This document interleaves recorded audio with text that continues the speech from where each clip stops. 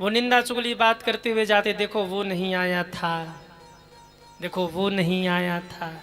अरे प्रसाद तो थोड़ी अच्छी व्यवस्था होनी चाहिए ना, प्रसाद की व्यवस्था ठीक नहीं थी, गर्मी बहुत हो रही थी पर पंखा ही नहीं चल रहा था। हाँ, जगत के प्रपंच की चर्चा मत करिए, उस समय भगवान के नाम का चिंतन करिए। जब आप भगवान के नाम का चिंतन करेंगे तो रास्ते में किसी न किसी रूप में भगवान आपको दर्शन जरूर देंगे। अब किस रूप में दर्शन देंगे ये नहीं कहा जा सकता।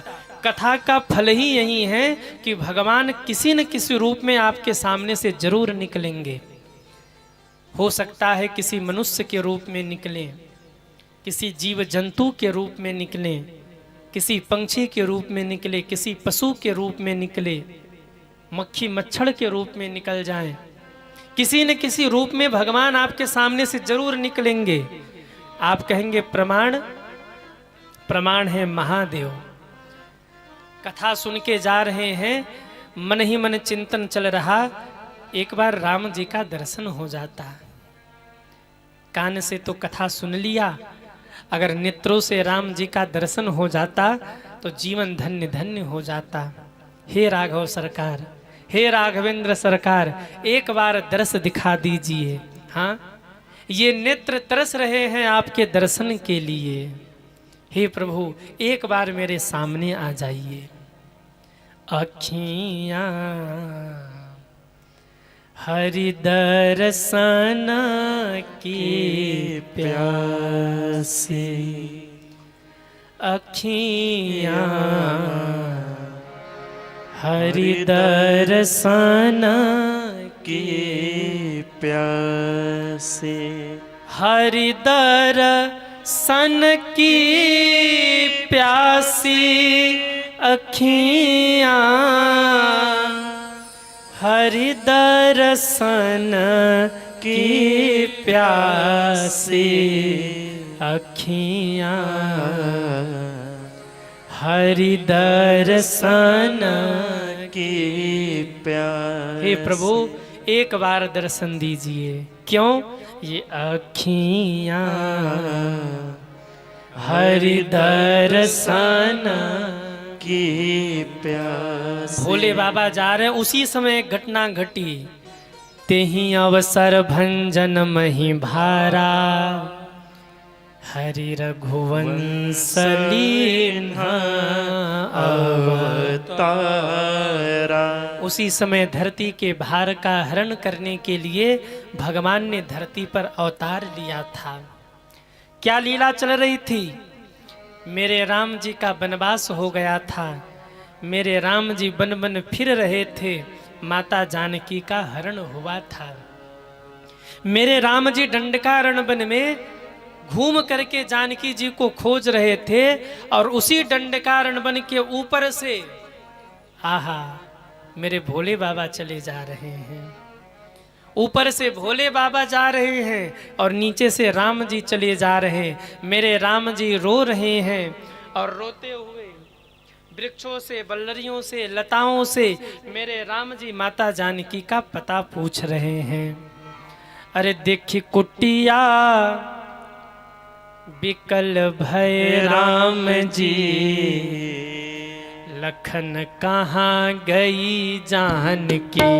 देखी कुटिया बिकल भय राम जी, लखन कहाँ गई जानकी। देखी कुटिया बिकल भय राम जी, लखन कहाँ गई जानकी। देखी कुटिया बिकल भय राम जी, सब गाइए कहाँ गई जानकी। देखी कुटिया बिकल भय राम जी, लखन कहाँ गई जानकी। देखी कुटिया बिकल भय राम जी, लखन कहाँ गई जानकी। सभी ताली सेवा करते हुए हरि बोल। जय हो।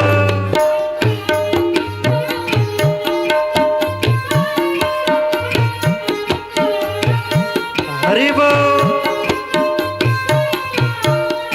हे खग मृग हे मधुकर श्रेणी, हे खगमृग हे मधुकर श्रेणी, हे खगमृग हे मधुकर श्रेणी, हे खगमृग हे मधुकर श्रेणी, तुम देखी सीता मृग नैनी, तुम देखी सीता मृग नैनी, कुछ खबर नहीं, कुछ खबर नहीं, कुछ खबर नहीं, सिय की बोले राम जी, लखन कहाँ गई जानकी, कुछ खबर नहीं सिय के बोले राम जी, लखन कहाँ गए जानकी, देखी कुटिया बिकल भय राम जी, लखन कहाँ गई जानकी, देखी कुटिया बिकल भय राम जी, लखन कहाँ गए जानकी। हरि बोल।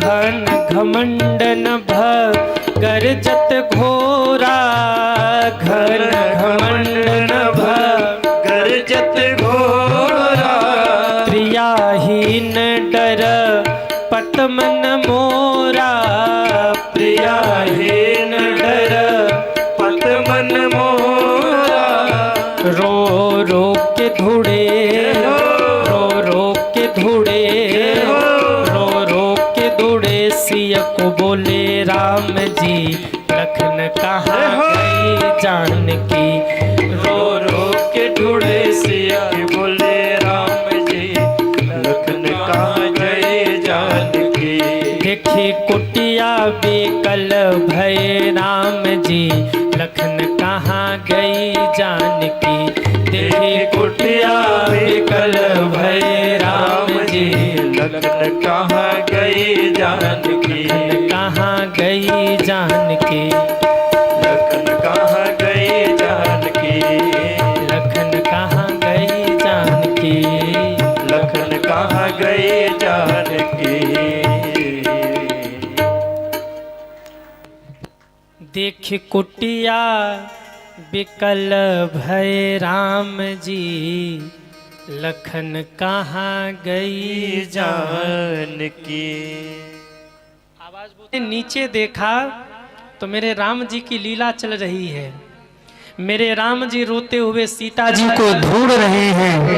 आहा, जैसे ही भोले बाबा ने राम जी को देखा, गदगद हो गए भोले बाबा, आंखों से आंसुओं की धारा बहने लगी, दोनों हाथ ऊपर हो गए और भोले बाबा ने कह दिया, जय सच्चिदानंद जग पावन, जय सच्चिदानंद जग पावन, अस कहीं चले मनोजन सावन, अस कहीं चले मनोज सावन, अस कहीं चले मनोजन सावन, अस कहीं चले मनोज सावन, अस कहीं चले मनोजन सावन, अस कहीं चले मनोज सावन।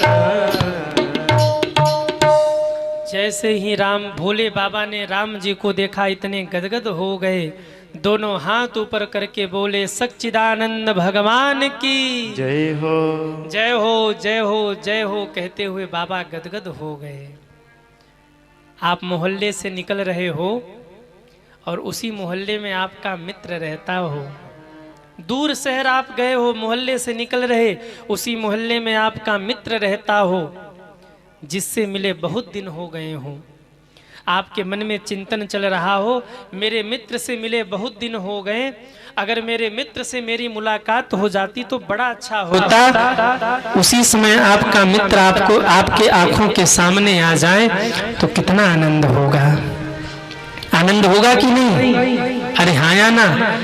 आप अपने मित्र के बारे में सोच रहे हो और वो सामने आ जाए, एकाएक आप चौंक जाएंगे, आनंद में डूब जाएंगे। अरे तुम कैसे आ गए? भोले बाबा तो राम जी के परम मित्र हैं सज्जनों। सोच ही रहे थे कि मुझे राम दिख जाए, सामने देखा तो नीचे राम जी की लीला चल रही। भोले बाबा गदगद हो गए, आंखों से आंसुओं की धारा बहने लगी। सच्चिदानंद भगवान की जय हो, जय हो, जय हो कहते हुए भोले बाबा रोए, फिर भोले बाबा हंसने लगे।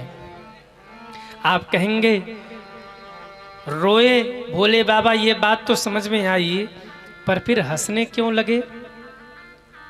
मित्र रो रहा और दूसरा मित्र हंसी, ये बात तो समझ में नहीं आती है।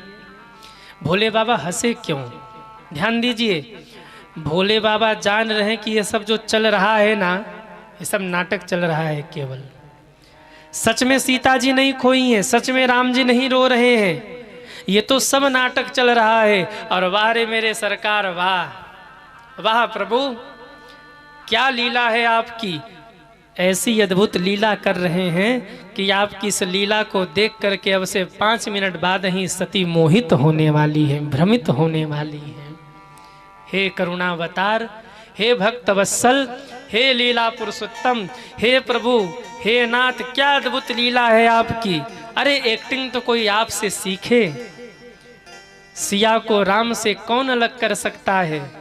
खुद ही सारी रचना करके सब ही नचावत राम गोसाई, सिया नकली सिया का हरण करा के इतना रो रहे हैं आप।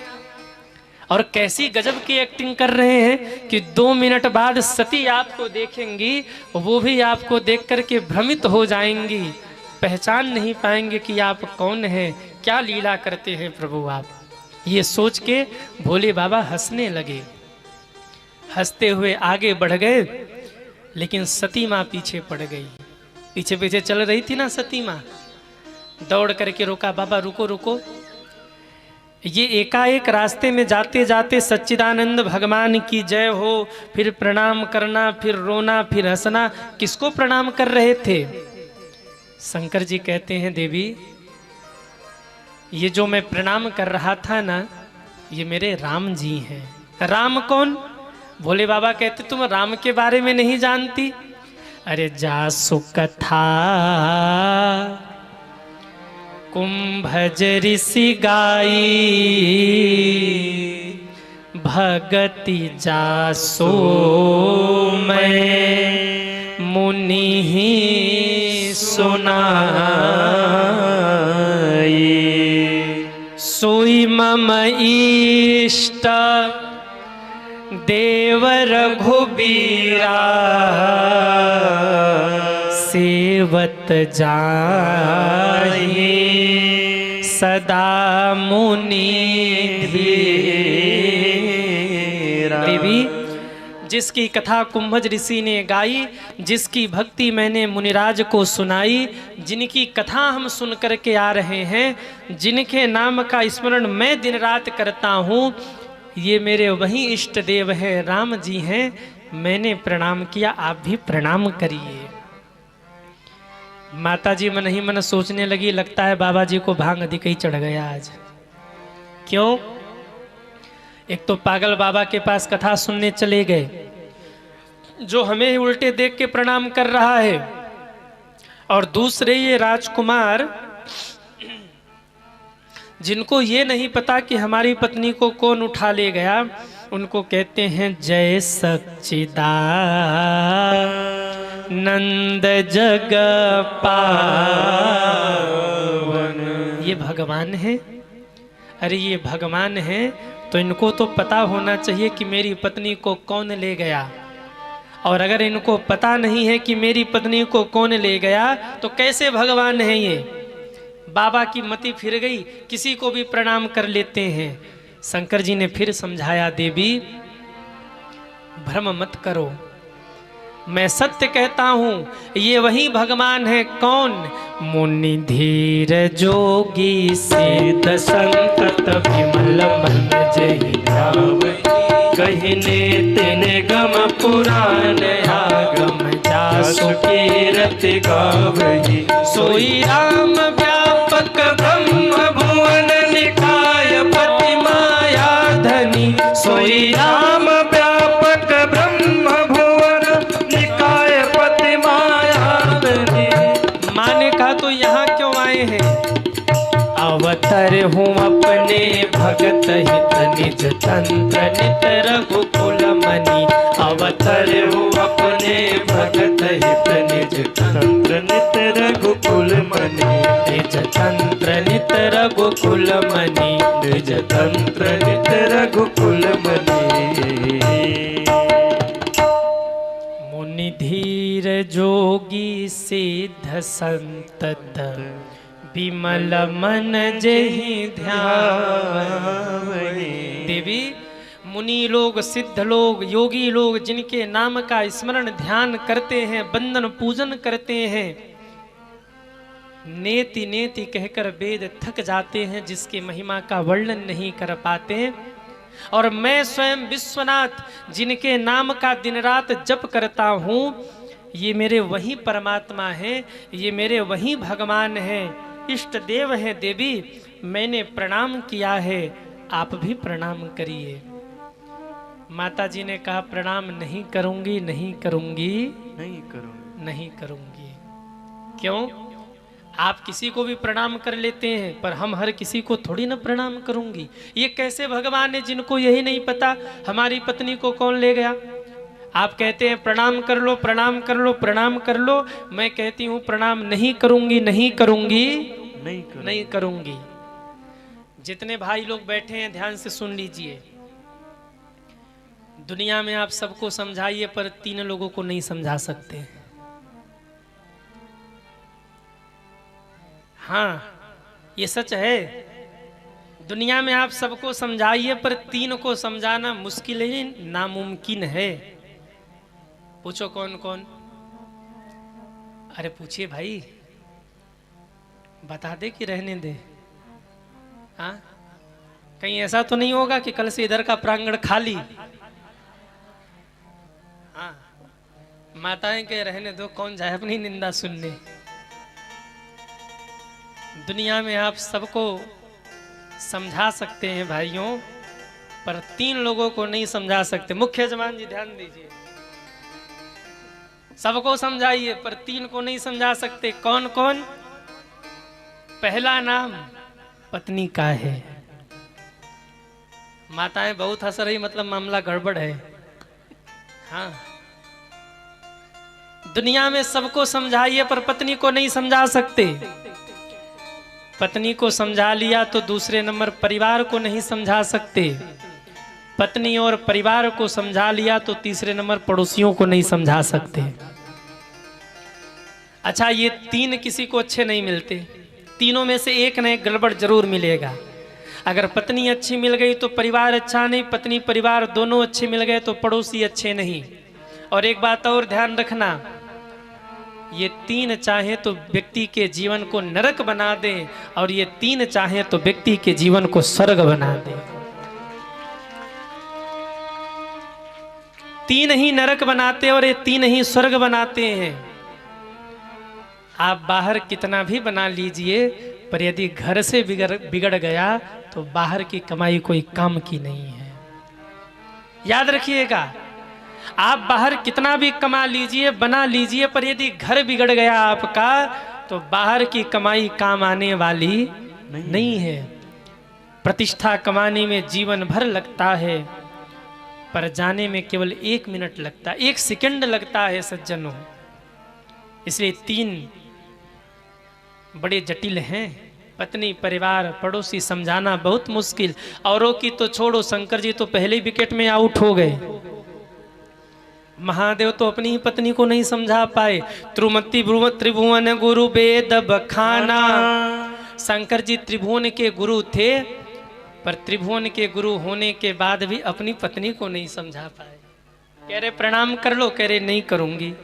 हाँ, अरे भगवान है, प्रणाम कर लो। माँ कहती हैं बाबा आप प्रणाम करो, हम थोड़ी प्रणाम करेंगे, समझेंगे जानेंगे तब प्रणाम करेंगे, ऐसे थोड़ी प्रणाम कर लेंगे। कई भाई लोग हमारे पास आते, गुरुजी बहुत परेशान हैं हम कहते क्या हो गया? बोले सबको समझा लेते हैं पर पत्नी को नहीं समझा पाते। हम कहते जब शंकर जी नहीं समझा पाए तो आप न समझा पाओ तो कौन सी बड़ी बात है। जब भोले बाबा नहीं समझा पाए, समझा के थक गए बाबा, और जब देखा कि सती नहीं मान रही तब बाबा बोले जो तुम्हारे मन अति संदेह हो तो किन जाए परीक्षा ले हो। जो तुम्हारे मन अति संदेह हो तो किन जाए परीक्षा ले हो। तो किन जाए परीक्षा ले हो। तो किन जाए परीक्षा ले हो। तो किन जाए परीक्षा ले हो। शंकर जी ने कह दिया देवी यदि आपके मन में इतना ही संदेह है तो जाइए और जाकर के परीक्षा ले लीजिए और देख लीजिए कि इंसान है कि भगवान है। सती माँ झट चल दी परीक्षा लेने के लिए। जैसे ही सती माँ परीक्षा लेने के लिए चली, भोले बाबा समझ गए कि हो गया कल्याण। कब से समझा रहा था प्रणाम कर लो, नहीं किया प्रणाम, और जहां परीक्षा लेने की बात की सती तुरंत चल पड़ी परीक्षा लेने। भगवान की ओर परीक्षा, याद रखिएगा, भगवान परीक्षा का विषय नहीं है, भगवान समीक्षा का विषय नहीं है। ध्यान दीजिएगा, भगवान परीक्षा का विषय नहीं है, भगवान समीक्षा का विषय नहीं है, भगवान तो केवल और केवल प्रतीक्षा का विषय है। सज्जनों, भगवान की प्रतीक्षा करिए। मानस में 3 देवियां हैं जिन्होंने 3 प्रकार से भगवान को समझना चाहा। एक ने परीक्षा से समझना चाहा, एक ने समीक्षा से समझना चाहा और एक ने प्रतीक्षा से समझना चाहा।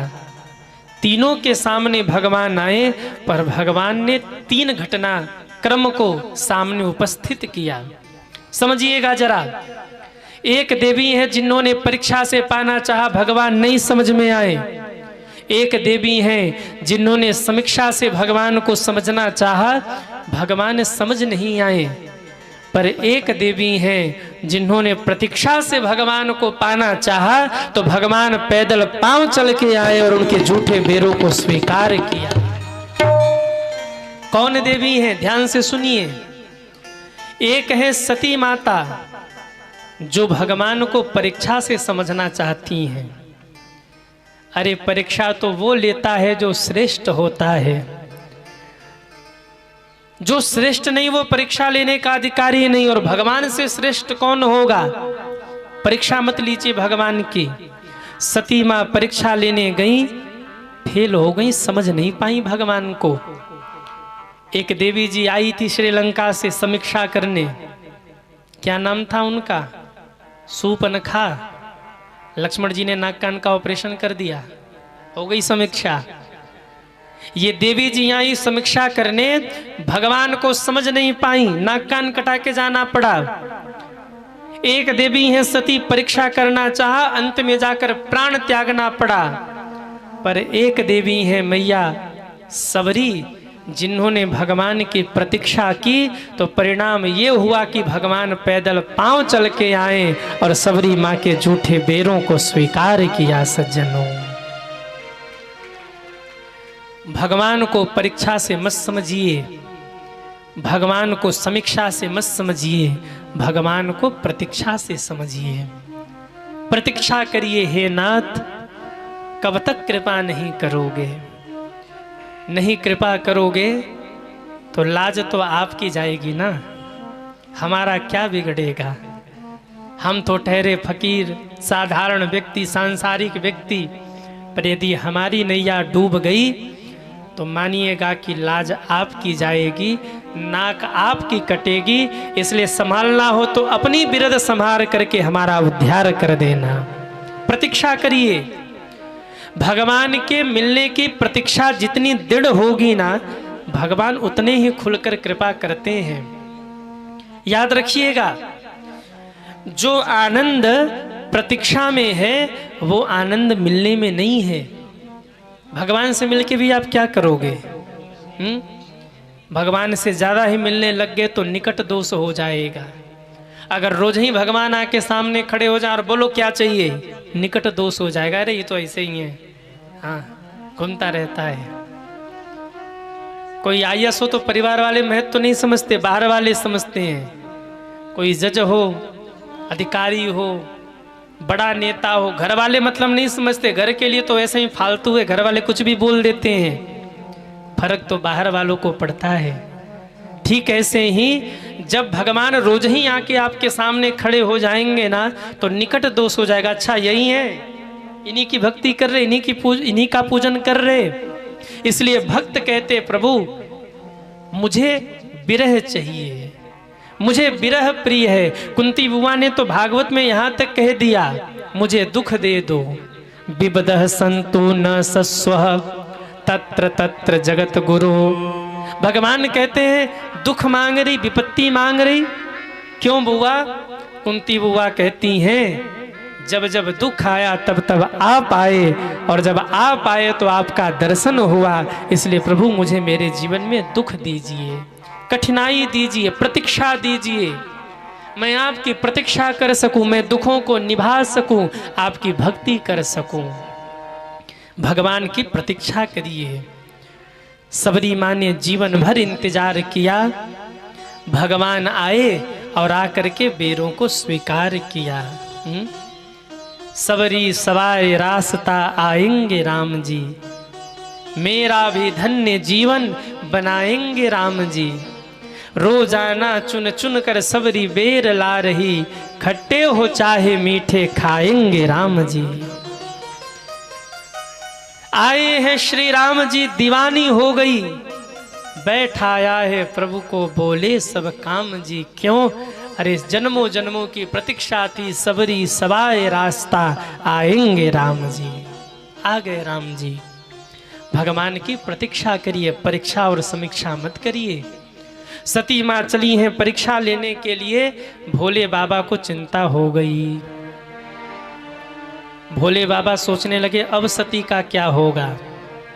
क्यों?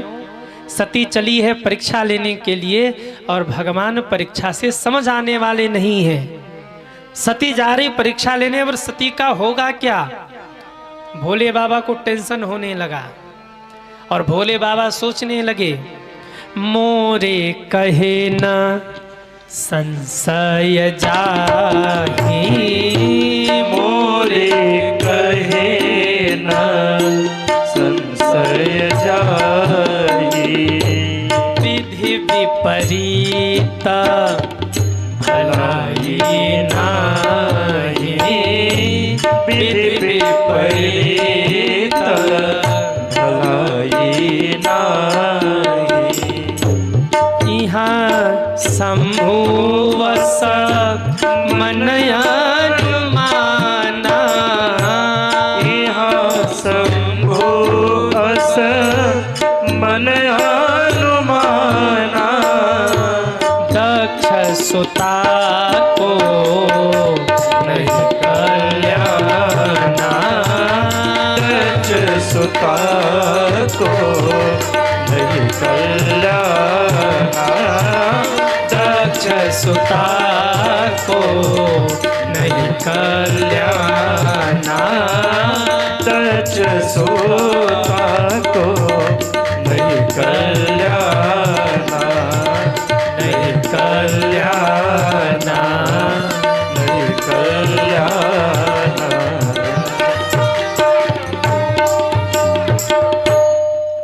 यहाँ शंभुव समन अनुमाना। क्या अनुमाना? कहा दक्ष सुता को नहीं कल्याण। अब सती का कल्याण नहीं होगा। घर में परिवार में आप किसी को कई बार समझाते हैं पर वो मानता नहीं है और आप परेशान होते कि ये मान नहीं रहा है, अब करें क्या। वो करिए जो शंकर जी ने किया। शंकर जी जब बहुत परेशान होते हैं ना तो एक टेंशन फ्री की गोली फाक लेते हैं और टेंशन फ्री की गोली बाबा के झोलिया में रखी होती है हमेशा 24 घंटे एनी टाइम। बाबा टेंशन फ्री की गोली एक निकालते हैं झोलिया से और फाक लेते हैं। और टेंशन फ्री की गोली क्या है? क्या है? कौन बोला? भांग। अरे राम राम, बड़े खतरनाक हैं आप लोग। भांग खाने से टेंशन दूर होता है? टेंशन दूर नहीं होता, टेंशन बढ़ जाता है। टेंशन फ्री की गोली भांग नहीं है। अच्छा, कितने लोगों को टेंशन फ्री की गोली चाहिए? हाथ उठाओ। अरे हाथ उठाओ भाई जिनको टेंशन फ्री की गोली चाहिए। फ्री में मिलेगा, पैसा नहीं लगेगा। अब हाथ उठाओ। देखो अब हिम्मत आ रहा धीरे धीरे। बोले महाराज फ्री में दे दो तो हम जहर ले लें, टेंशन फ्री की गोली कौन सी बड़ी चीज है। जहर भी खाने को तैयार है, फ्री में खिलाओ तो। टेंशन फ्री की गोली चाहिए? अरे हाँ या ना?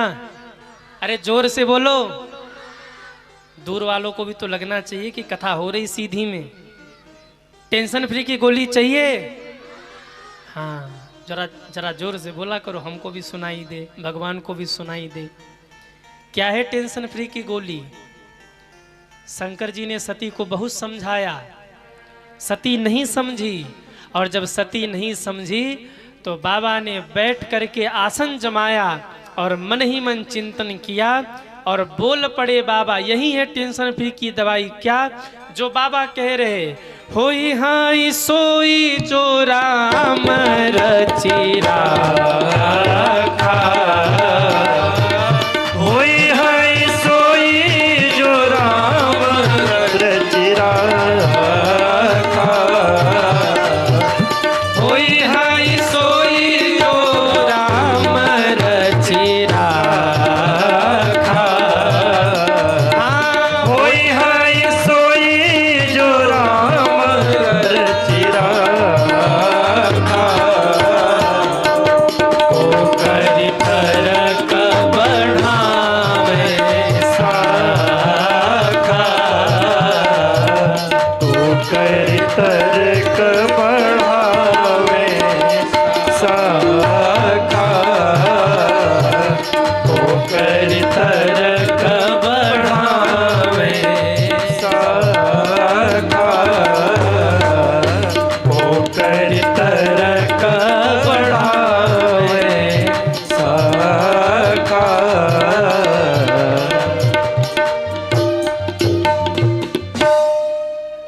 होई है सोई जो राम रचि राखा। जब बहुत चिंता बढ़ जाए ना तो सिर मत पीटिए। क्यों? सिर पीटेंगे तो दीवार का कुछ नहीं बिगड़ेगा, सिर ऊपर से फूट जाएगा, कष्ट आप ही को होगा। जब बहुत टेंशन बढ़ जाए ना तो बैठिए भगवान के सामने और ये मंत्र बोल दीजिए, यही है टेंशन फ्री की दवाई। गांठ बांध करके घर ले जाना। अरे होई हाई सोई जो राम रचि राखा, को करि तरक बढ़ावे साखा। अब जो करना होगा भगवान करेंगे, हमारे आपके करने से कुछ होने वाला नहीं है। पर इसका मतलब ये नहीं कि आप परीक्षा दो, परीक्षा में फेल हो जाओ और पढ़ाई न किए रहो तो कह दो होई यही सोई जो राम रचि राखा। बिजनेस मन से न करो, बिजनेस में घाटा पड़ जाए तो कह दो होई यही सोई जो राम रचि राखा। इसका मतलब ये भी नहीं है कि मन से बिजनेस मत करो और फिर कह दो होई यही सोई जो राम रचि राखा। हाँ, किसी को गोली मार दो और कह दो होई यही सोई जो राम रचि राखा। खतरा हो जाएगा। हाँ? खतरा हो जाएगा। दुरुपयोग नहीं करना इस चौपाई की। कर्म करिए और कर्म करने के बाद भी अगर सफलता नहीं मिल रही है, मेहनत करिए पूर्ण समर्पण भाव से। एक भी % कभी मत रखिए। और फिर भी यदि कमी रह जाती है कहीं से तो कह दीजिए होई यही सोई जो राम रची राखा। बेटा लायक हो तो भी नालायक हो तो भी कह दीजिए होई यही सोई जो राम रची राखा। पर इसका मतलब ये नहीं कि उसको समझाइए मत, समझाइए सिखाइए, पर फिर भी न माने तो होई यही सोई जो राम रची राखा। राखा। बाबा ने छोड़ दिया राम जी के ऊपर, पर शांति से बैठे नहीं। अस कहीं लगे जपन हरि नामा, नाम जप करना शुरू किया। क्यों? हम ठाकुर जी का चिंतन करेंगे तो ठाकुर जी हम सभी की चिंता करेंगे। हम उनको याद करेंगे तो वो हमारे ऊपर दया करेंगे। इसलिए भगवान का नाम सुमिरन करना शुरू किया। सती गई जहां प्रभु सुख धामा, सती मां वहां गई जहां मेरे राम जी थे। क्या हो रहा वहां? मेरे राम जी रो रहे हैं, हा सीते कह के रो रहे हैं। और लक्ष्मण जी शांत करा रहे, भैया शांत हो जाओ, मिल जाएंगी माता जी। लक्ष्मण जी जितना शांत करा रहे, राम जी दुगना रो रहे हैं। जैसे कई बार होता है ना, कोई मैया धीरे धीरे रो रही हो और एक मैया आके बस इतना कह दे, अरे बहन शांत हो जाओ, सब ठीक हो जाएगा। बस कोई मैया इतना कह दे कि तू शांत हो जा, सब ठीक हो जाएगा, रोने वाली मैया का लाउड स्पीकर दुगना हो जाएगा। जैसे आकाश वाला पटाखा होता है ना, आकाश वाला पटाखा, बस धीरे से आग लगा के हट जाओ, फिर भेजना नहीं पड़ेगा, वो स्वयं जाएगा और महाराज ब्लास्ट करेगा। ठीक है, ऐसे ही कोई रो रहा हो तो बस धीरे से कह दीजिए, अरे सब ठीक हो जाएगा, चुप हो जा। जोर से रोना शुरू करेगा वो। राम जी भी यही कर रहे हैं, धीरे से रो रहे हैं। राम जी के हाथ को लक्ष्मण जी पकड़ के कह रहे, भैया शांत हो जाओ, माता जी मिल जाएंगी। राम जी और जोर से रोते, हा सीते। लीला चल रही भगवान की। और इधर सती मां आ गई। सती मां ने सोचा कैसे परीक्षा करूं, मन में आया सीता सीता कह के रो रहे हैं, सीता का रूप बनाऊं और राम के सामने जाऊं।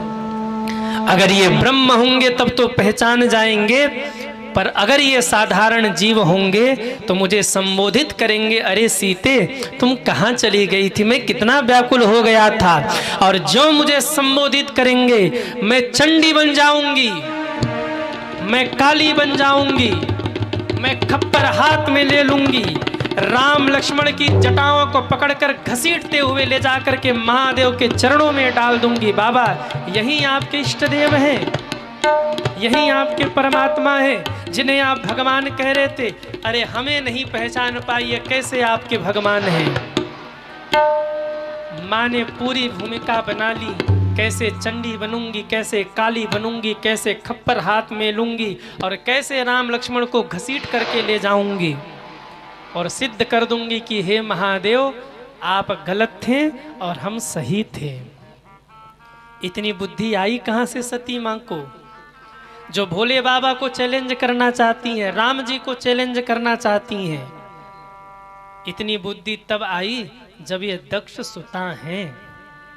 सती मां के पिता का नाम है दक्ष, और दक्ष का अर्थ होता है चालाक। चालाक बाप की बेटी है ना। समाज में कई लोग बहुत चालाकी लगाते हैं और चालाकी लगाते लगाते वो पागल खाने पहुंच जाते हैं। हाँ, बल्कि जो सीधे साधे रहते हैं वो सुखी रहते हैं बेचारे। जो बहुत दिमाग लगाए ना, यहाँ से सिस्टम गड़बड़ा जाता है, फ्लॉप हो जाता है। फिर कुछ दिन बाद वो विक्षिप्त हो जाता है। गांव वाले, क्षेत्र वाले, नगर वाले, कॉलोनी वाले कहते हैं इसे मत बोलो, पागल है, बहुत दिमाग लगाता है। बहुत दिमाग लगाता है। दुनिया में दिमाग लगाइए, पर भगवान के सामने थोड़ा सा इसको ढीला कर दीजिए। क्यों? वो सब जानते हैं हमारे आपके दिमाग को बनाने वाले वही हैं। अगर उन्हीं के सामने दिमाग लगाएंगे तो फेल हो जाएंगे, क्योंकि उन्होंने एक दिमाग नहीं, ऐसे न जाने कितने दिमाग बनाए, शरीर में कितने रोए हैं, और प्रत्येक भगवान के एक एक रोए में करोड़ों करोड़ों ब्रह्मांड है सज्जनों। भगवान के एक रोए में 1 करोड़ ब्रह्मांड। अब आप समझ लीजिए कि भगवान के शरीर में जितने रोए हैं उतने करोड़ ब्रह्मांड इस संसार में, सृष्टि में, जगत में हैं।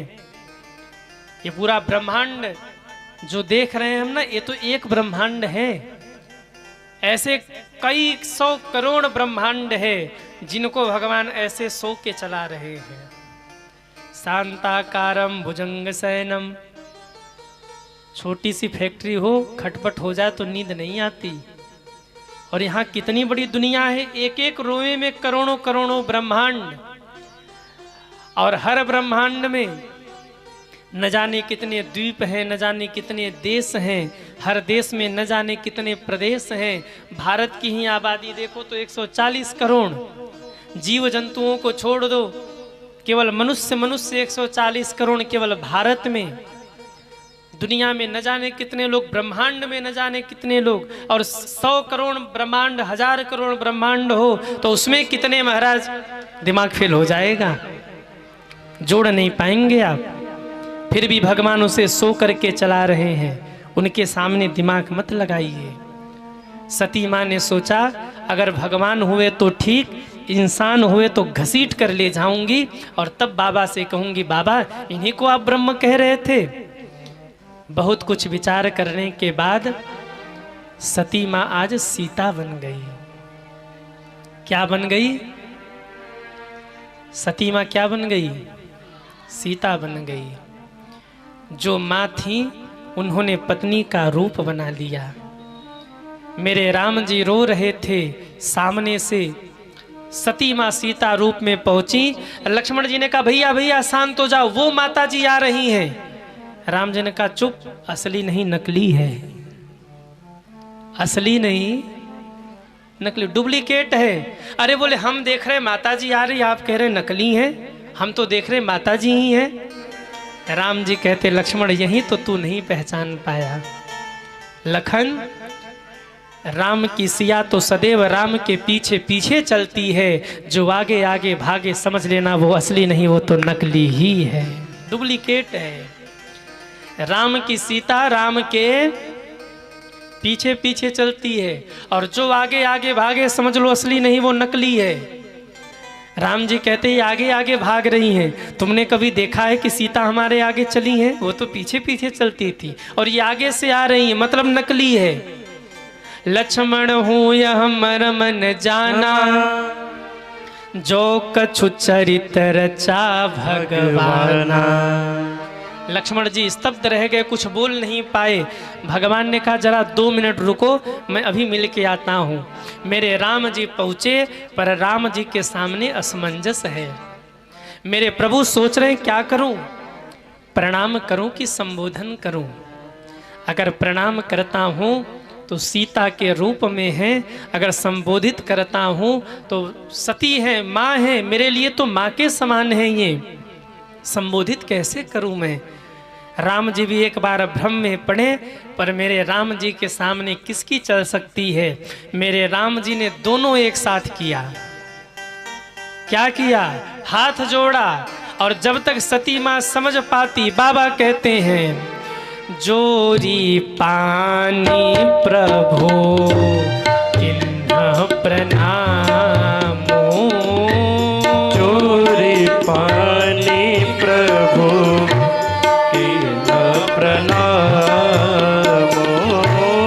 पिता समेत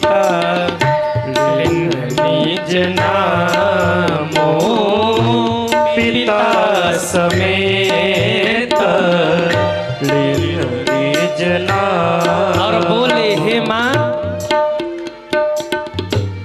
कहूँ बहोरी, कहाँ वृष के तू, कहूँ सब गाइए कहाँ वृष के तू, विपिन अकेली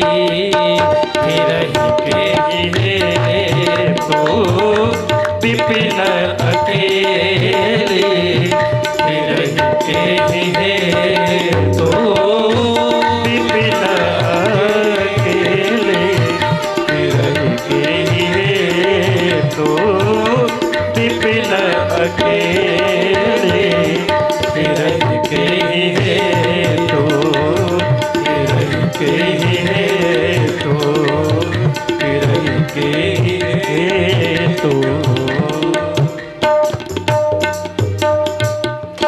मेरे राम जी ने हाथ जोड़ा, माँ मैं दशरथ नंदन राम, मैं सुमित्रा के आंखों का तारा राम, मैं कौशल्या का दुलारा राम, आपके चरणों में प्रणाम करता हूँ माँ। कहूँ बहोरी कहाँ वृष केतु। माँ आना ही था तो मेरे भोले बाबा को लेकर के आती, अकेले क्यों आ गई? अरे भोले बाबा भी आते तो मेरा दुख थोड़ा और कम हो जाता माँ, अकेले क्यों आ गई? कहूँ बहोरी कहाँ वृष केतु, शंकर जी को कहाँ छोड़ दिया? मानो मेरे राम जी कहना चाहते हैं माँ इसी जंगल में सीता भी अकेली थी और इसी जंगल में आप भी अकेली हैं। सीता अकेली हुई तो क्या हुआ? सीता का हरण हो गया। माँ मुझे लगता है आपके मति का हरण हो चुका। राम जी बोल नहीं रहे पर संकेत सब कर रहे हैं। माँ मुझे लगता है आपके मति का हरण हो चुका है। क्यों? जब जब कोई सिया अपने राम से दूर जाती है तो जब जब कोई सिया अपने राम को अपने से दूर भेजती है तो वहाँ सिया हरण होता है, और जब जब कोई सती शिव को छोड़कर दूर जाती है तब वहाँ सती मरण होता है।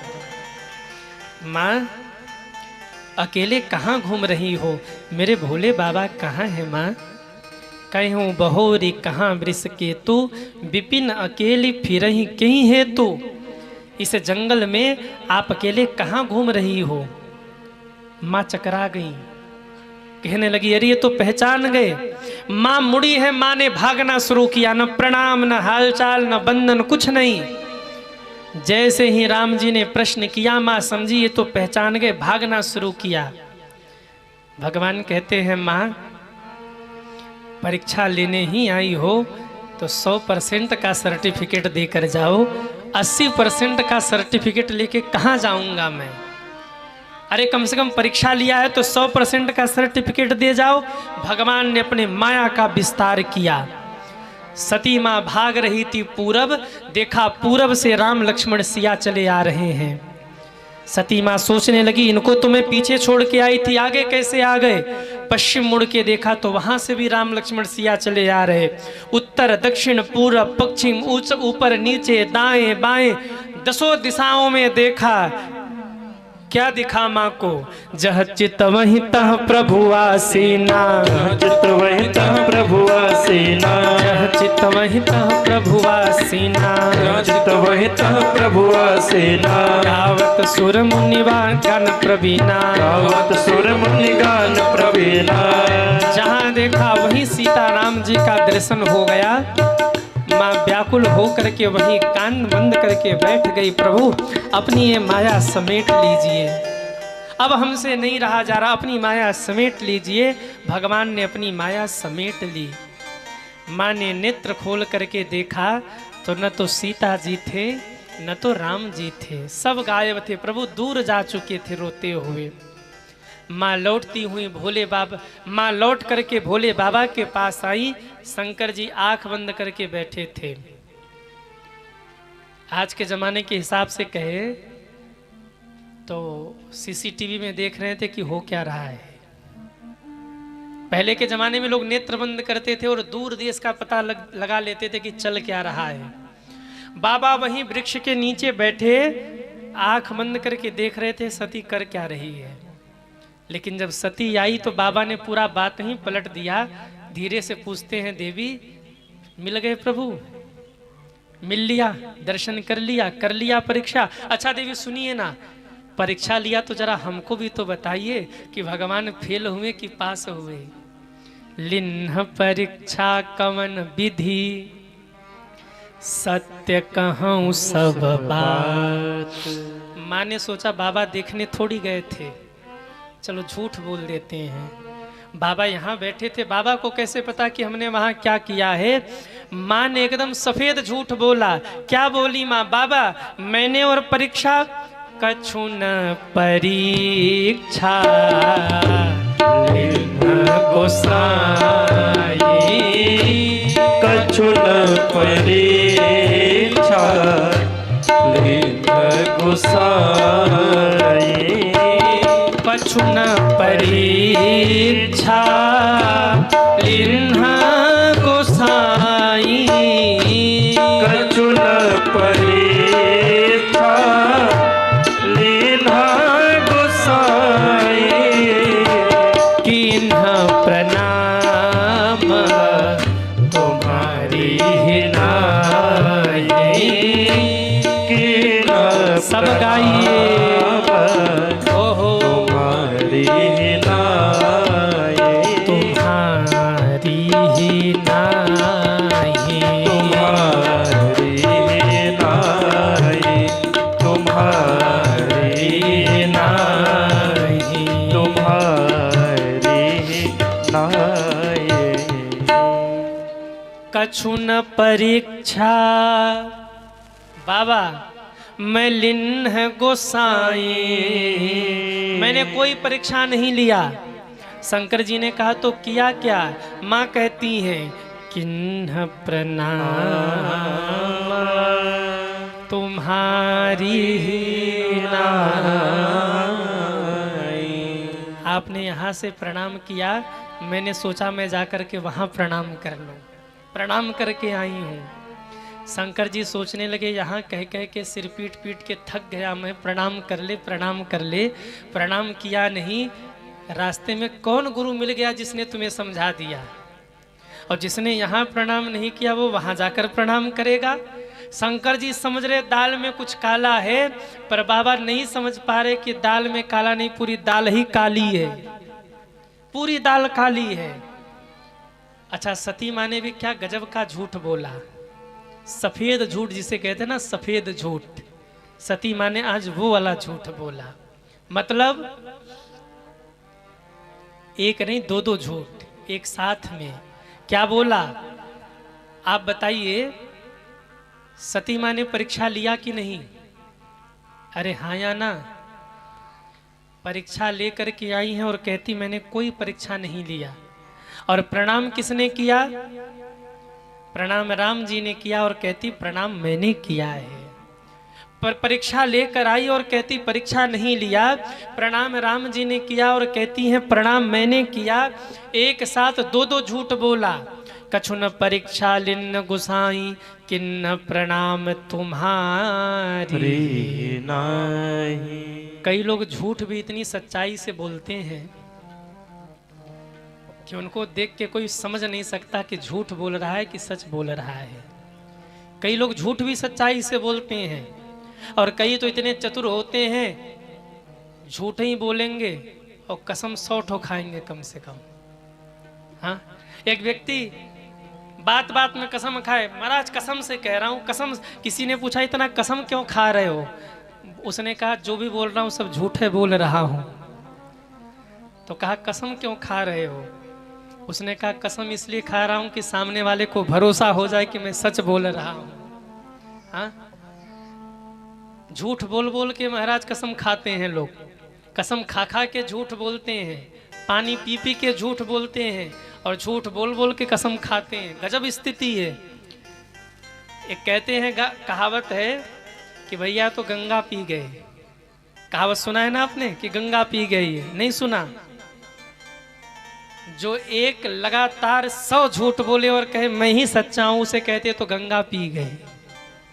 हाँ, कई लोग ऐसे समाज में होते झूठे बोलेंगे और कसम भी खाएंगे, और कसम भी अपनी नहीं खाएंगे, सामने वाले की खाएंगे कसम। बोले मरे तो तू मर, हम क्यों मरे।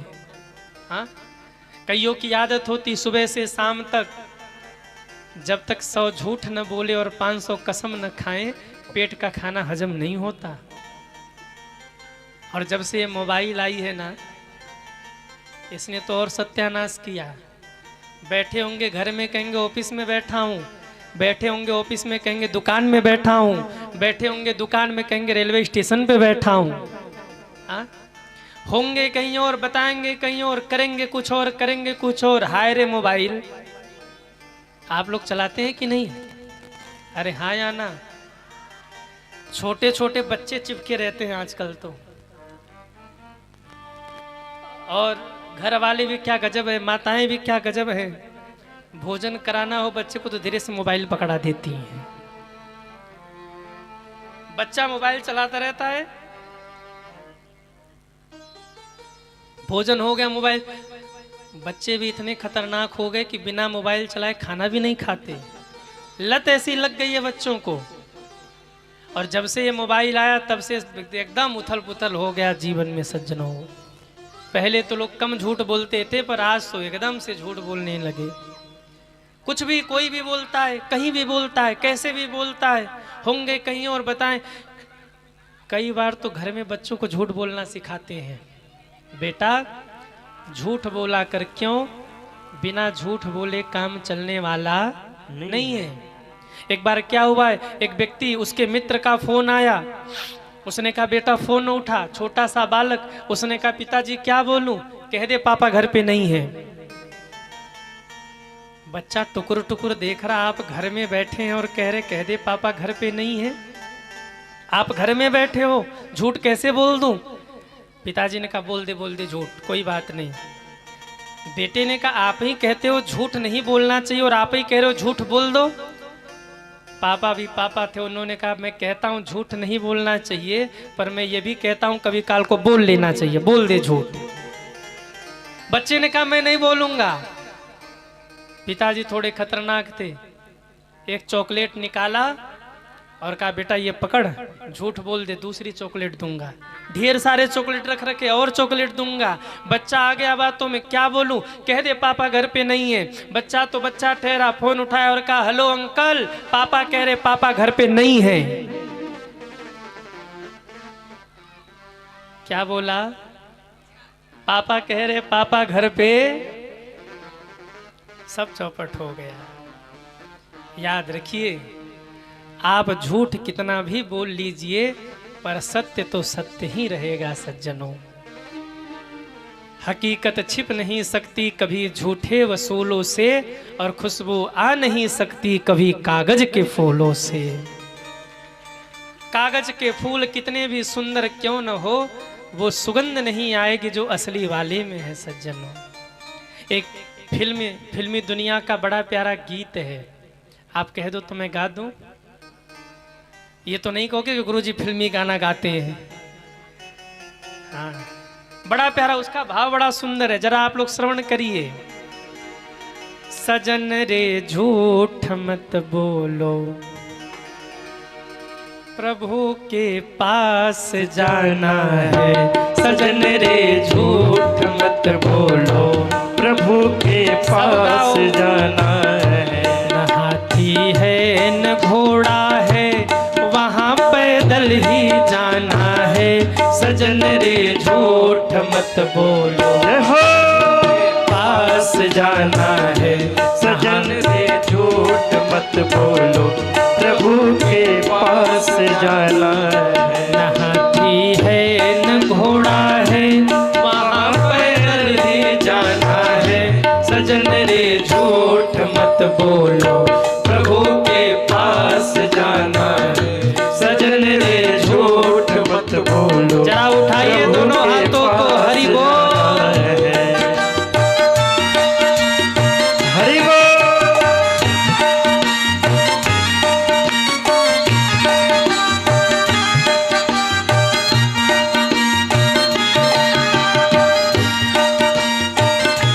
तुम्हारे महल चौबारे यहीं रह जाएंगे सारे।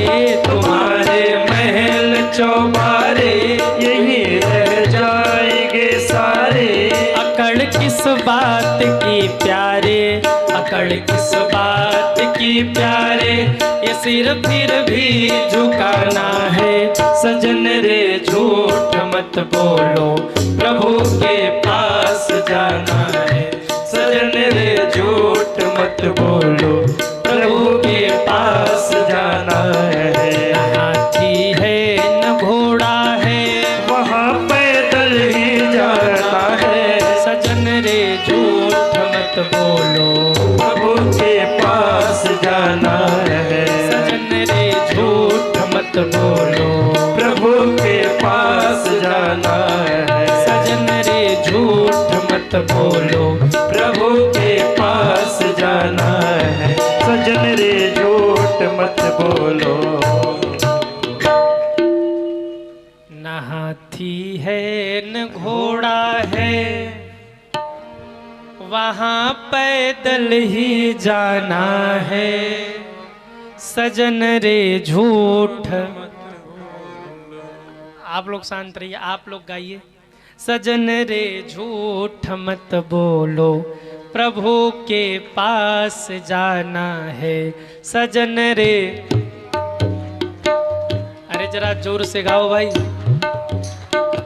कई लोग चुपचाप बैठे हैं, पड़ोसी तो गा ही रहा, हम गा। मत बोलो प्रभु के,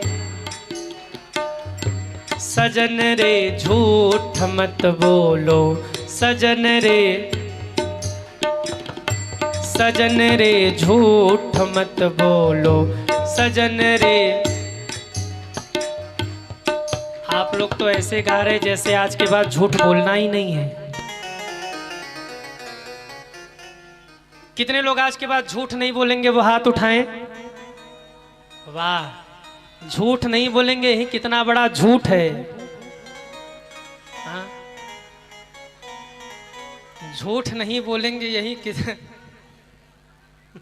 अरे कथा सुन लो पहले, बात बाद में कर लेना।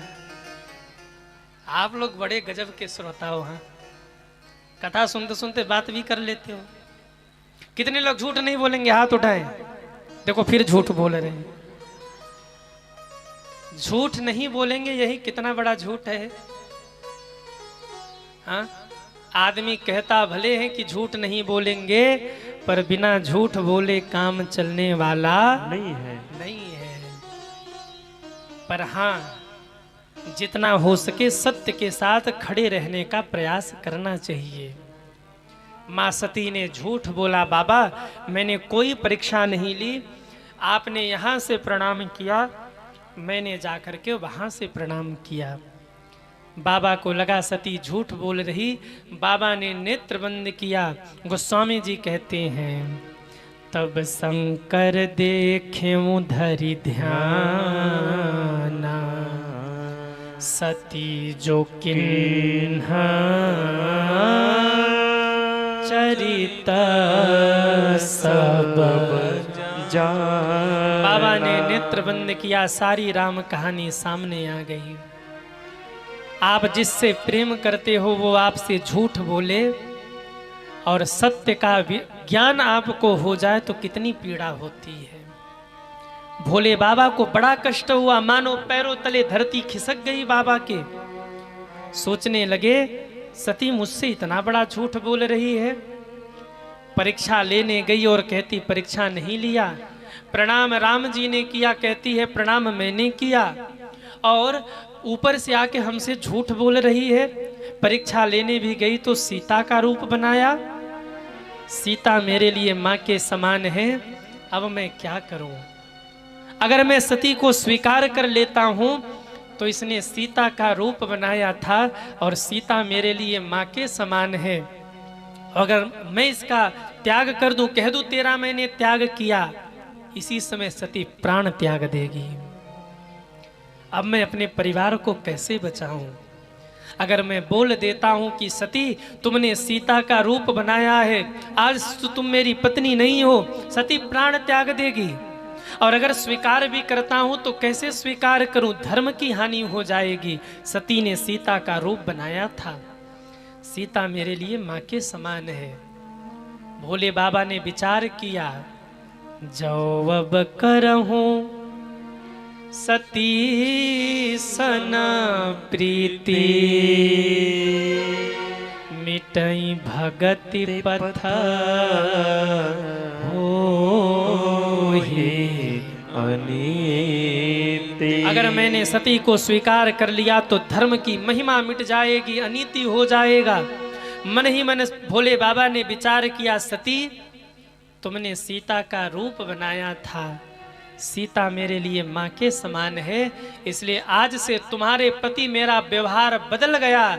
आज से तुम मेरे लिए पत्नी नहीं हो, आज से तुम मेरे लिए माँ के समान हो गई। अब कभी अगले जन्म में मुलाकात होगी, मैं तुम्हारा त्याग करता हूँ।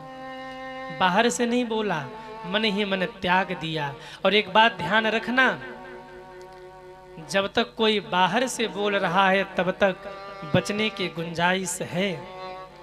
आपका अपना जब तक बाहर से आपको डांट रहा, फटकार रहा, बोल रहा, तब तक कुछ अपनत्व तो है। जिस दिन बाहर से बोलना बंद कर दिया, समझ लीजिए कि आपका त्याग हो चुका है। त्याग दिया बाबा ने, बोले आज के बाद हमारा तुम्हारा कोई संबंध नहीं। बाबा कैलाश पर गए, सती पूछती रही बाबा क्या संकल्प लिया। देवताओं ने भी जय जयकार किया, बोलिए शंकर भगवान की जय हो। पर सती ने बार बार पूछा, शंकर जी ने छिपा लिया, बताया ही नहीं मैंने क्या संकल्प लिया। बाबा कैलाश पर पहुंचे और जाकर के मेरे भोले बाबा ने समाधि लगा ली। राम नाम की समाधि में डूब गए। राम नाम लेते हुए भगवान शंकर समाधि में चले गए। दुखों से बचना चाहते हैं? अरे हाँ या ना? कितने लोग हैं जो अपने जीवन में कष्टों से बचना चाहते हैं? वो हाथ उठाइए। जीवन में दुखों से बचना चाहते हैं, जीवन में कष्टों से बचना चाहते हैं, तो राम नाम का सहारा लीजिए। राम नाम के सहारे, भगवान के नाम के सहारे आप बड़े से बड़े कष्टों से बच सकते हैं सज्जनों। हाँ, एक कबीरदास का दोहा आपने सुना होगा, पोथी पढ़ पढ़ जग मुआ, पंडित भयान कोय, अरे ढाई अक्षर प्रेम का, पढ़े सो पंडित हो। ढाई अक्षर क्या है? ये राम ही ढाई अक्षर है। ढाई आखर प्रेम का, वो प्रेम के ढाई आखर कौन से हैं? बोले राम, ये जो ढाई अक्षर है ना, यही वो शब्द है जो पढ़ ले उसी का जीवन धन्य धन्य हो जाता है, धन्य धन्य हो जाता है। राम ही प्रेम है, प्रेम ही राम है। अपने जीवन में राम नाम को धारण करिए। मैं राम बोल रहा हूँ, आपके जो इष्ट हो, कृष्ण हो, हनुमान जी हो, शिव जी हो, आप वहाँ वो शब्द लगा लेना। ये जो ढाई अक्षर है ना, ये आपके इष्ट का नाम ही है। जो पढ़ लिया, जो जान लिया, वही पंडित हो गया, वही ज्ञानी हो गया, वही ज्ञाता हो गया, वही भगवत भक्त हो गया, और अंत में कहूँ वही मुक्ति का अधिकारी हो गया, जिसने ये भगवान के नाम को जीवन में उतार लिया। एक बात और मैं कहूँ,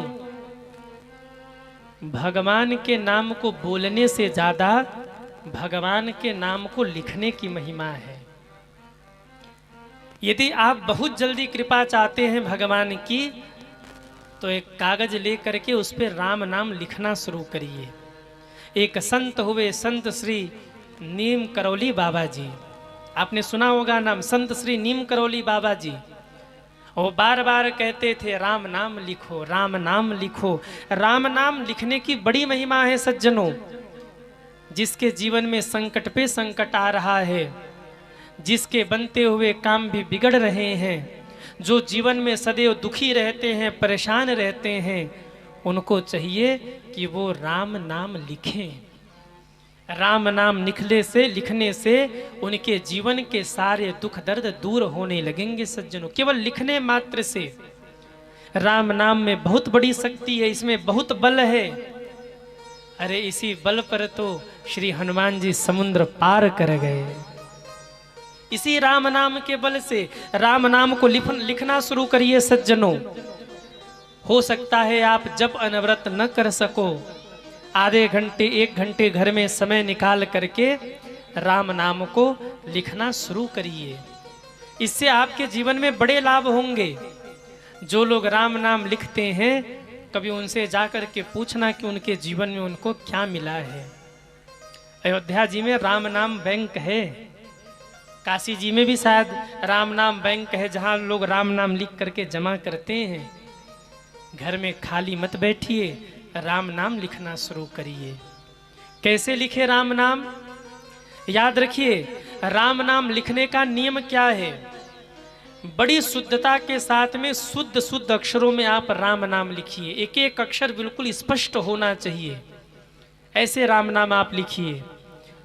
नियम क्या है? बोले पहला नियम ये है कि राम नाम एकदम स्पष्ट शब्दों में आप लिखिए। दूसरी बात, सफेद कागज पर लिखिए। सफेद कागज अगर उसमें लाइनिंग न हो तो अति उत्तम है। एकदम सादा कागज, सफेद कोरा कागज, उस पर लाइनिंग भी न हो, ऐसा सफेद कागज आप ले आइए और उस कागज पर आप राम नाम लिखना शुरू करिए। कागज बिल्कुल सादा होना चाहिए। लाल रंग के पेन से आप राम नाम लिखिए, क्योंकि हनुमान जी को लाल रंग बड़ा प्रिय है। लाल देह लाली लसय अरुधरि लाल लंगूर, वज्र देह दानव दलन जय जय जय कपिशोर। हो सके तो लाल रंग से राम नाम लिखिए। सफेद पन्ने पर, उजले पन्ने पर आप राम नाम लिखिए। सज्जनों, आप कहेंगे गुरुजी किस समय लिखे? सुबह लिखे, शाम लिखे, दोपहर लिखे? किसी भी समय लिखिए। जब भी आपको समय मिले राम नाम लिखिए। सुबह, दोपहर, शाम को, रात को, जब भी समय मिले ना, लिखते रहिए। बस शुद्धता का ध्यान रखिए। राम नाम जिस पुस्तिका पर आप लिख रहे हैं, उस पुस्तिका को अशुद्ध स्थान पर नहीं रखना चाहिए। क्यों? आपने उसमें राम नाम लिखा है, और जहां राम नाम होता है वहां मेरे हनुमान जी महाराज जरूर पहुंचते हैं। तो आपके पुस्तिका की रक्षा स्वयं हनुमान जी कर रहे हैं, देख रेख में है। कभी भी अशुद्ध स्थान पर अपनी उस पुस्तिका को मत रखिए। मैं कहूँ आज से ही आप 90 दिन का नियम बना करके राम नाम लिखना शुरू करिए। ज़्यादा नहीं, केवल 90 दिन तक पन्ने पर राम नाम लिखिए। हमने संतों से सुना है, जिन्होंने 90 दिन तक लगातार या 108 दिन तक लगातार 108 बार राम नाम लिख लिया, 108 दिन बीतते बीतते उसका मन एकाग्र हो जाएगा, वो दृढ़ संकल्पी हो जाएगा। बच्चों का मन चंचल है, आपके बच्चे का मन अगर चंचल है तो उससे राम नाम लिखवाइए। राम नाम से उसकी बुद्धि भी तेज होगी, मन अस्थिर होगा और वो दृढ़ संकल्पी होगा। जिस ओर नजर डालेगा सफलता उसके कदम के नीचे होगी। जिस ओर वो बढ़ेगा वहीं सफल होता चला जाएगा। राम नाम लिखने की इतनी महिमा है सज्जनों। कुछ लोग, मैंने कुछ संतों को देखा है, वो दीप जला करके हनुमान जी के सामने बैठ करके राम नाम लिखते हैं। अगर ऐसा संभव हो सके तो हनुमान जी के सामने एक दिया जलाइए और दिया जला करके राम नाम लिखना शुरू करिए। और नहीं संभव है तो आप जैसे हैं, घर में हैं, शुद्धता और सफाई का ध्यान रखते हुए लिखना शुरू करिए। कुछ नियम और है राम नाम लिखने के। पहला नियम ये है कि आपको अभक्ष नहीं खाना है। जब तक आप राम नाम लिख रहे हैं आपको उल्टा सीधा कुछ नहीं खाना है। जब आप राम नाम लिखते हैं तो आपके शरीर की ऊर्जा बढ़ती, आध्यात्मिक शक्ति बढ़ती है। आप जो बोलने लगते हैं वही होने लगता है। किसी को आपको अपशब्द नहीं बोलना है। विशेष आपको ध्यान ये रखना है कि मुख से आप किसी को अपशब्द मत बोलिए।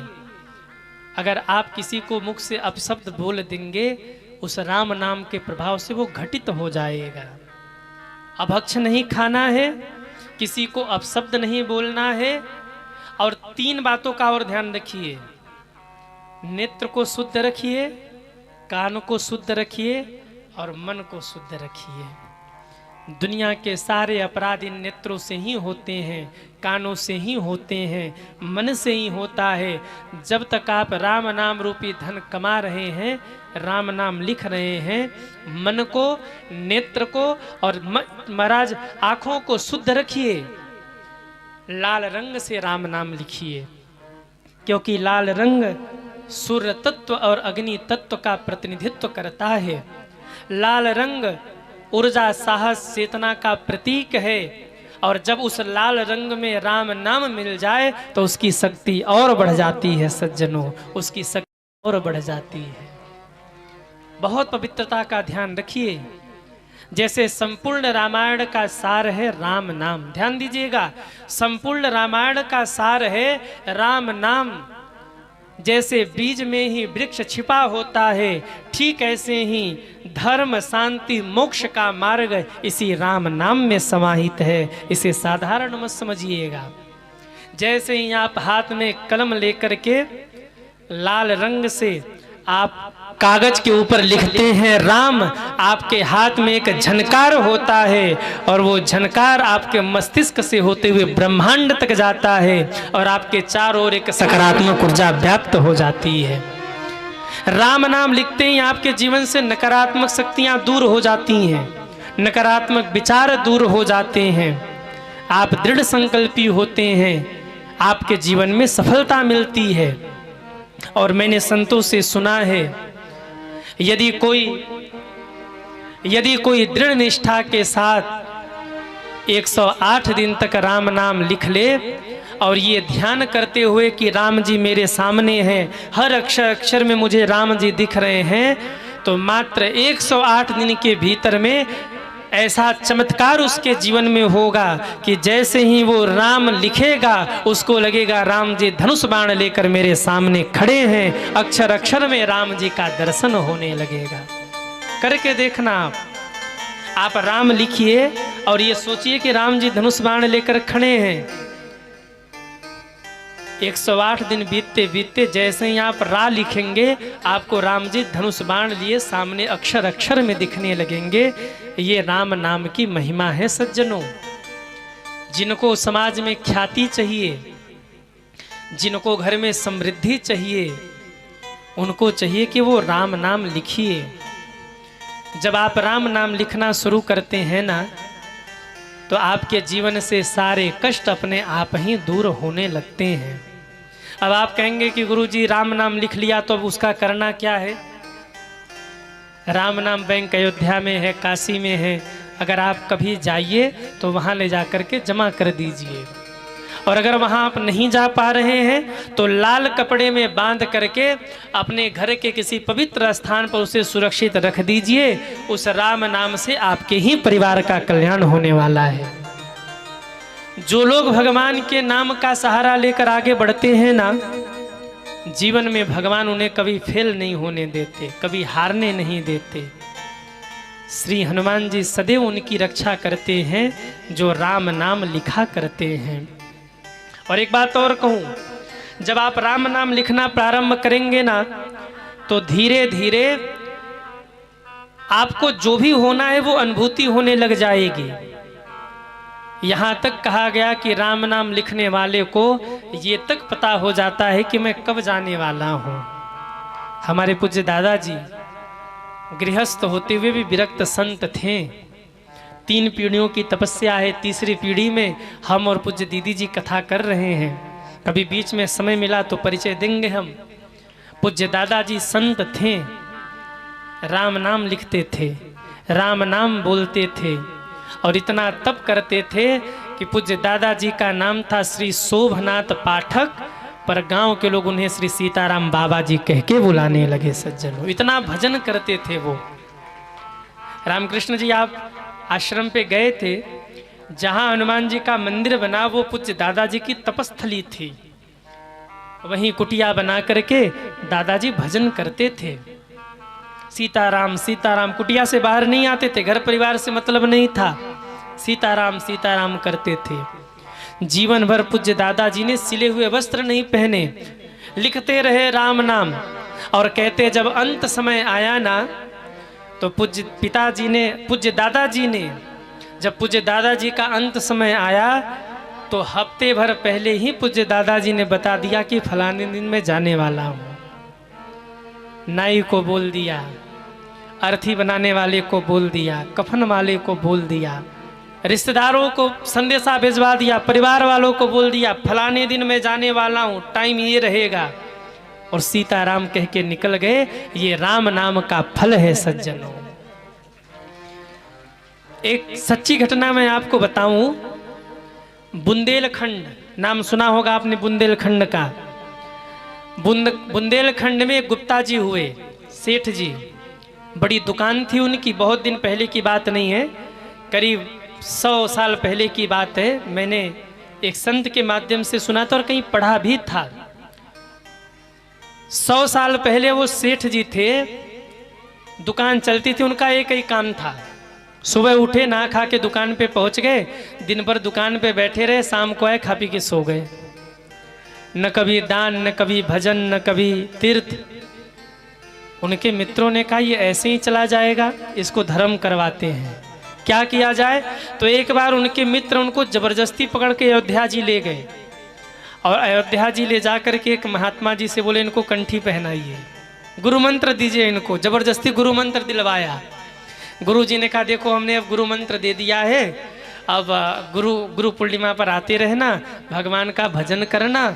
पर उन्होंने, सेठ जी ने तो कहा आज के बाद यहाँ दिखूंगा नहीं, अब की खाई सो खाई, आगे खाई सो राम दोहाई। इन लोगों ने जबरदस्ती गुरु मंत्र दिलवाया, आज के बाद यहाँ दिखूंगा नहीं। और रही बात गुरु जी आपकी, तो आज के बाद आऊंगा भी नहीं। और रही बात गुरु मंत्र की, तो लो धरे दे रहा हूँ, नहीं जपूंगा। अरे हमको कहाँ फुर्सत दुकान डलिया से, हम तो अपना दुकान देखे, बिजनेस देखे, परिवार देखे, वहीं बहुत है। कौन सा आपका नाम हम लेके बैठे हैं, हमसे नहीं होगा। गुरु जी ने कहा बेटा सुनो, ठीक है मत जपो नाम, पर एक काम कर सकते हो। क्या कहिए? बोले मेरी मान लो, अपने परिवार के लिए, बच्चों के लिए, अपने लिए, जिसके लिए मान लो, जब भी तुम्हें दुकान में टाइम मिले ना, राम नाम लिखना शुरू करना। अच्छा ठीक है चलो आप कह रहे हो तो मान लेंगे। लौट के आए, राम नाम लिखना शुरू किया, और परिणाम क्या हुआ? जब राम नाम लिखना शुरू किया तो सेठ जी का जीवन बदलने लगा, मन लगने लगा, लगे राम नाम लिखने। धीरे धीरे ऐसा समय आ गया, महाराज दुकान में बैठे रहते, राम नाम जरा सा समय मिले तुरंत लिखना शुरू करते, तुरंत लिखना शुरू करते।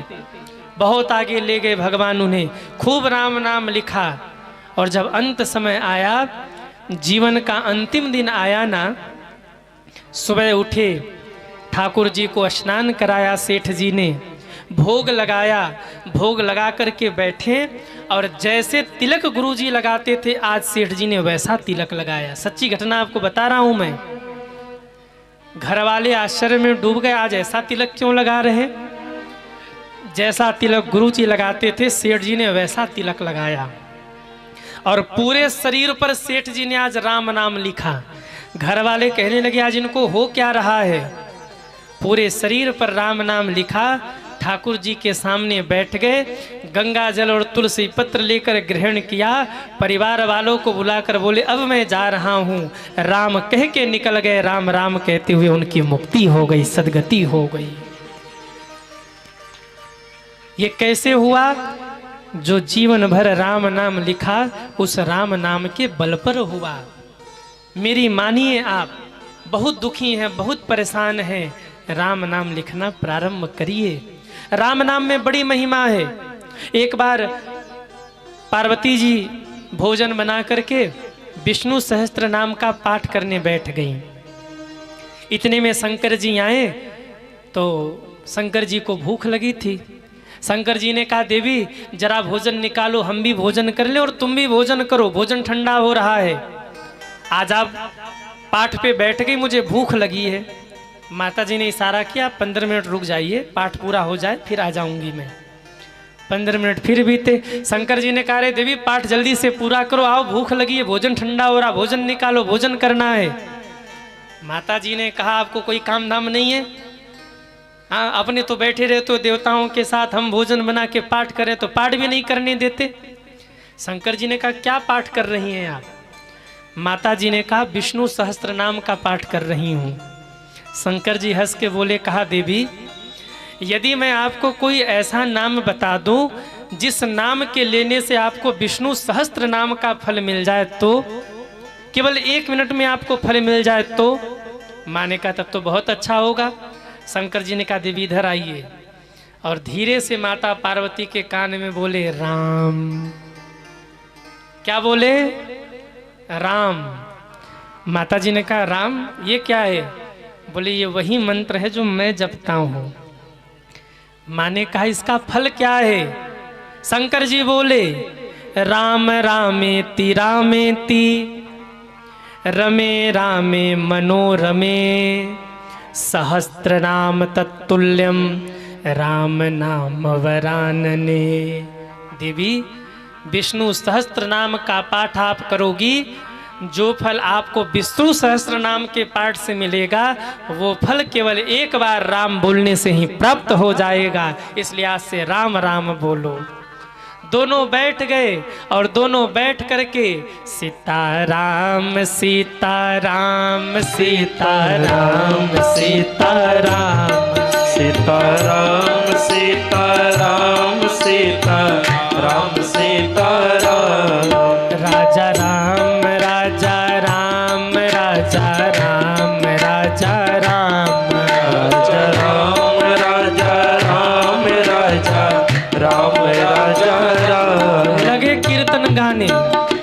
गोस्वामी जी ने ये दृश्य देखा और लिख दिया, सहस नाम सम सुनि शिव बानी, सहस नाम सुन शिव बानी, सहस नाम सम सुनि शिव बानी, सहस नाम सम सुनि शिव बानी। जपि जेहि पिया संग संग भवानी, जपि जेहि पिया संग भवानी, संग भवानी पिय संग भवानी। गोस्वामी जी कहते हैं, सहस नाम सम सुनि शिव बानी, जपि जेहि पिय संग भवानी। माता पार्वती भी भगवान शंकर यानी अपने पति देव के साथ जिस नाम का जप करती हैं, जिस नाम को रटती रहती हैं, वो नाम है, अरे बोलो ना, क्या नाम है वो? जिन्होंने नहीं बोला उनको उनके पड़ोसी की कसम। अब बोलो राम। आप लोग अपने में इतने मस्त हो जाते हो ना कि भूल जाते हो कि हमको करना क्या है। हाँ, अच्छा बताओ, कितने लोगों को लक्ष्मी जी चाहिए? वो हाथ उठाओ। कितने लोगों को चाहिए कि खूब लक्ष्मी जी की कृपा हो? हाथ उठाइए। एक मंत्र है, अगर 5 बार आप दिन में बोल लेंगे तो इतनी कृपा होगी लक्ष्मी माँ की, इतनी लक्ष्मी माँ की कृपा होगी, किसी चीज की कमी नहीं रह जाएगी। मंत्र सुनना है, राम नाम नहीं है, कोई दूसरा मंत्र है। मंत्र जानना है, तिजोरी भर जाएगी आपकी। सोना चांदी उठा के फेंक दोगे रोड पे, बोले अब नहीं चाहिए, अब फुल हो गया घर में। चाहिए मंत्र? सीधे बैठो, सीधे बैठिए, दोनों हाथ ऐसे सामने करिए और बिल्कुल चुप होकर के मंत्र सुनिए। एकदम कोई बोलेगा नहीं, सब शांति बनाइए। दोनों हाथ ऐसे करके बैठिए।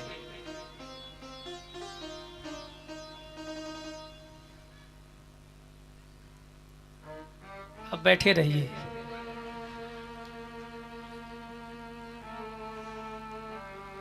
बड़ी जल्दी है लक्ष्मी जी की कृपा पाने की। 2 दिन से शांत करा रहे, शांत ही नहीं हो रहे। हमको पता होता तो टेक्निक पहले ही लगा लेते। कौनो मंत्र उंत्र नहीं है। आपको शांत कराना था। वो जो हल्ला कर रहे थे लोग ना, हमने कहा अब क्या करें क्या करें, तो हमने कहा यही कर लेते हैं। जितनी शांति से आप लक्ष्मी जी की कृपा पाने बैठे हो, अगर उतनी शांति से कथा सुन लेते तो आनंद हो जाता। हाँ, अब समझ लो कि जैसे शांति से लक्ष्मी जी की कृपा पाओ, मंत्र पाने बैठे थे ना, उतनी शांति से कथा सुनना है। बोलिए भक्त वत्सल भगवान की जय हो। सहस नाम सम सुनि शिव बानी। जिस नाम का माँ जप करती हैं वो नाम है राम। इसलिए राम नाम लिखना शुरू करिए। राम नाम की बड़ी महिमा है। राम नाम मनि दीप धरी, जीह देहरी द्वार, तुलसी भीतर बाहिर जो चाहसी उजियार। राम नाम की इतनी महिमा है। शंकर जी राम नाम करते हुए समाधि में बैठ गए। सती माँ रह गई कैलाश पर अकेले। 1 दिन 2 दिन नहीं, 87,000 वर्ष बीत गए, बाबा समाधि में बैठे हैं। ध्यान से सुनिए कथा को। सती माँ कैलाश पर अकेली रह गईं। कभी एकांत में जाती ना, भगवान शिव को याद करती, अपने अपराध को याद करती और रो पड़ती, हे महादेव, मैंने आपसे कितना झूठ बोला। बाबा, आपने हमें कितना समझाया पर हम माने नहीं। और विष्णु भगवान को याद करके कहती, हे भगवान, इस शरीर का त्याग मेरे महादेव ने कर दिया, अब इस शरीर को रख करके भी क्या करना। कोई ऐसी लीला कीजिए, अब ये शरीर छूट जाए, अब ये शरीर नहीं रखना है। इस शरीर को रख करके अब क्या फायदा। जब मेरे महादेव ने मेरा परित्याग कर दिया तो अब शरीर को नहीं रखना। 87,000 वर्ष बीत गए प्रतीक्षा करते करते, पर भोले बाबा जगे नहीं सज्जनों। 87,000 वर्ष के बाद एक दिन बाबा के नेत्र खुले हैं, और जैसे ही बाबा के नेत्र खुले, राम नाम शिव सुमिरन लागे, जानहु सती जगत पति जागे। राम राम भोले बाबा ने कहा, जाई शंभुपद बंदन किन्हा। माँ ने जाकर बाबा को प्रणाम किया। प्रणाम करके बाम भाग में बैठने लगी। शंकर जी ने कहा, देवी रुक जाइए। आसन उठाया, बगल में बिछाया, कहा, देवी आप मेरे सामने नहीं, आप मेरे बाम भाग में बैठिए। क्यों? क्षमा कीजिएगा, शंकर जी ने बाम भाग से आसन उठा के सामने रख दिया। बोलिए भक्तवत्सल भगवान की जय हो। सब बोलो सीताराम। जैसे ही माँ ने जाके प्रणाम किया, शंकर जी ने बगल से आसन उठा के सामने बिछा दिया। कहा, देवी आप मेरे सन्मुख बैठ जाइए। जाई शंभुपद बंदन किन्हा, सन्मुख शंकर आसन दिन। बाबा ने सन्मुख बिठाया। क्यों? महादेव कहना चाहते हैं, देवी आपने सीता का रूप बनाया था, सीता मेरे लिए माँ है, और माँ का स्थान बाम भाग में नहीं होता, माँ का स्थान तो सामने होता है, इसलिए सन्मुख बिठाया। बोले सामने बैठो। माँ को बड़ा गहरा आघात लगा, बोल नहीं पाई। भीतर ही भीतर माँ रोने लगी। पता चल गया शंकर जी ने मेरा त्याग कर दिया। माँ वहीं बैठ गई और ऐसे शांत हो गई जैसे लग रहा है कि अब जीवन का आखिरी क्षण चल रहा हो।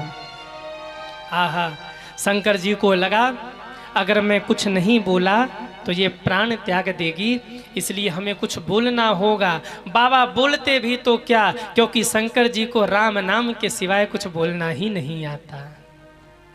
कुछ नहीं बोलते बाबा, केवल राम नाम बोलते हैं। जैसे ही सती बैठी, बाबा ने राम कथा गाना शुरू किया है। गोस्वामी जी कहते हैं, लगे कहन हरि कथा रसाला, लगे कहन हरि कथा रसाला, दक्ष प्रदेश दैते काला, दक्ष प्रदेश दैते काला, दैते काला, दैते काला, दैते काला। बाबा ने नेत्र बंद करके कथा गाना शुरू किया। उसी समय दक्ष को प्रजापतियों का नायक बनाया गया। दक्ष ने शिव जी के अपमान के लिए एक यज्ञ किया, जिसमें सबको बुलाया, केवल महादेव को नहीं बुलाया। सारे देवता विमान में सजकर जा रहे थे। माँ ने पूछा, बाबा ये सब देवता कहाँ जा रहे हैं? शंकर जी कहते, आपके पिताजी ने यज्ञ किया है, वहीं जा रहे हैं। माँ कहती, बाबा तब तो हमें भी चलना चाहिए। शंकर जी कहते, देवी चलना तो चाहिए पर हम चलेंगे नहीं। क्यों? निमंत्रण नहीं आया, और शास्त्र कहते हैं बिना निमंत्रण के कहीं नहीं जाना चाहिए। माँ ने कहा पर आप तो कहते हो पिता के घर, माता के घर, गुरु के घर, कथा में, सत्संग में, यज्ञ में, मंदिर में, तीर्थ में, मित्र के घर बिना बुलाए भी जाना चाहिए। शंकर जी ने कहा जाना चाहिए, पर कब जाना चाहिए? जब वहाँ कोई अपना विरोधी न हो तब जाना चाहिए। माँ कहती हैं बाबा मेरे पिताजी के घर आपका विरोधी कौन है? आहा, शिव जी ने कहा आपके पिताजी ही हमारे सबसे बड़े विरोधी हैं, वहां जाने से कल्याण नहीं होगा देवी, आप मत जाइए। पर माँ मानी नहीं, माँ मानी नहीं। पिता के घर गई तो देखा वहां महादेव का अपमान हो रहा था। कै बज गया? 6:30। हमारी घड़ी बिगड़ी तो नहीं? ठीक है, हम चलने दे 2, 5, 10 मिनट की, बस विश्राम करें। विलंब तो नहीं हो रहा आप लोगों को? नहीं, कहीं कहीं होता है ना, अगर 3 से 6 का समय है तो 6 बजे से 1 मिनट भी ज़्यादा नहीं होना चाहिए। वो कहेंगे गुरुजी अब थोड़ा सा देख लें, आप कथा गाते रहो, चले जाएंगे। पर चलने दे 2, 5, 10 मिनट और। अरे हाँ या ना? बोलिए भक्तवत्सल भगवान की जय हो। 7 बजे तक कर दें, कोई दिक्कत नहीं है। कितने लोग चाहते 7 बजे तक हो जाए? वाह, बोलिए भक्तवत्सल भगवान की जय हो। जब सती माँ पहुंची माँ पिता के घर तो वहां देखा तो अपमान हुआ। किसका? महादेव का। सबने अपमान किया सती का और शिव का, पर कहते हैं एक पात्र है जिन्होंने सम्मान किया। भाइयों ने देखा भी नहीं, बहनों ने व्यंग किया, रे देखो देखो बिना बुलाए आ गई। पर एक पात्र है जिन्होंने सती माँ का सम्मान किया। वो पात्र कौन है? वो पात्र है माँ। जब माँ ने देखा मेरी बेटी का अपमान हो रहा तो माँ बर्दाश्त नहीं कर पाई, दौड़ करके सती को हृदय से लगा लिया। आहा, गोस्वामी जी कहते हैं एक पात्र है माँ जिन्होंने आज सती का सम्मान किया है। सादर भले ही मिली एक माता, भगिनी मिली बहुत मुस्काता। माँ तो माँ होती है। माँ ने हृदय से लगाया, कहा बेटी तेरे पिता ने तुझे निमंत्रण नहीं भेजा, तेरे भाइयों ने तेरा आदर नहीं किया, तेरे बहनों ने तेरा अपमान किया, तो दुखी मत हो। जब तक तेरी माँ जीवित है इस द्वार पर तुझे आने जाने से कोई रोक नहीं सकता। तू आती जाती रहना बेटी, तेरी माँ हूं मैं तेरा सम्मान करती हूँ। माँ ने गोद में बिठा लिया। माँ माँ होती है सज्जनों। इस संसार में पुत्र कुपुत्र भले हो जाए पर माता कभी कुमाता नहीं होती। बेटा लाख माँ को गाली दे ले पर माँ के हृदय से जब भी निकलेगी ना दुआ ही निकलती है सज्जनों। माँ बच्चों को कभी बद्दुआ नहीं देती। माँ का स्नेह, माँ का लाड, माँ का दुलार। अरे कभी क्रोध भी करे ना तो हाथ जोर से उठाती है और पीठ ऐसे ठोकती है जैसे शाबाशी दे रही हो। ये माँ का हृदय होता है। घर में कुछ ना हो, माँ ये कहती मुझे भूख नहीं है, तुम लोग खा लो, थोड़ा हो सबको खिला के भूखी सो जाती है। वो पात्र होती है माँ सज्जनों। इसलिए माँ बाप का सम्मान करिए। आज वृद्धाश्रमों का निर्माण हो रहा है। माँ बाप जब तक करने योग्य रहते हैं उनको घर में रखा जाता है, और जब वो करने योग्य नहीं रहते तो उनको वृद्धाश्रम भेज दिया जाता है। मैं निवेदन करूं माँ बाप का आदर करिए। ये वो भारत भूमि है जहां कहा गया मातृदेवो भव, पितृदेवो भव, तब आचार्य देवो भव। माजिए क्यों? जाकर उनसे एक बार पूछना जिनके पास माँ बाप नहीं है, वो कितने रोते हैं, कितने बिलखते हैं। जाकर उनसे उनके हृदय की वेदना पूछना। माँ बाप नहीं होते तो कितनी पीड़ा होती है। जब तक माँ बाप की छत्र छाया सिर पे है ना, बच्चे आबाद रहते हैं। जब माँ बाप की छत्र छाया सिर से हट जाए, तब बच्चों को पता लगता है कि जिंदगी क्या होती है। इसलिए माँ बाप का आदर करिए। माँ माँ होती है, पूरा घर सो रहा हो, पर एक माँ जग रही होती है क्योंकि उसका बच्चा जग रहा है। कंधे पर टांग कर, पीठ पर टांग कर, छाती से लगा करके, सीने से लगा करके रात भर थपकी दे करके छत पर घूमती रहती है, मेरे बेटे को नींद आ जाए, मेरे बेटे को नींद आ जाए। और वहीं बच्चे जब बड़े होते हैं तो माँ से पूछते हैं, माँ तूने मेरे लिए किया ही क्या है। रात भर जगती रही कि बेटे को नींद आ जाए। और एक बात और याद रखना, बच्चा रोए ना, पूरा घर सोता रहता है पर माँ जग जाती है। जरा सी वो हिचकी भर ले ले, माँ तुरंत उठ के बैठ जाती, मेरा बेटा जग गया। और जब तक ठीक न हो, जब तक सो न जाए, तब तक जगती रहती है। थोड़ा सा बीमार हो जाए ना, हर शिवालय में जाकर माथा टेकेगी, हे महादेव मेरे बच्चे को सलामत रखना।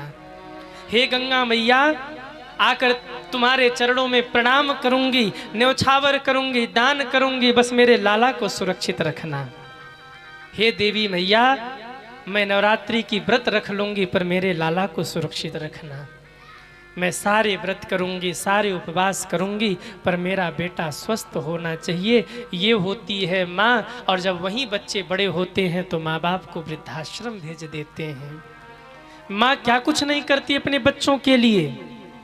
एक कथा में कई बार सुनाता हूं, एक गौरैया पंछी थी, उसके 3-4 बच्चे थे। एक दिन जब बच्चे बड़े हो गए, पंख हो आए बच्चों को, तो बच्चों ने कहा, माँ तुम हमसे कितना प्रेम करती हो। माँ ने कहा, बेटा ये कौन सा प्रश्न हुआ। बच्चों ने कहा, नहीं नहीं माँ बताओ ना कितना प्रेम करती हो हमसे। गौरैया ने कहा, मेरे बेटे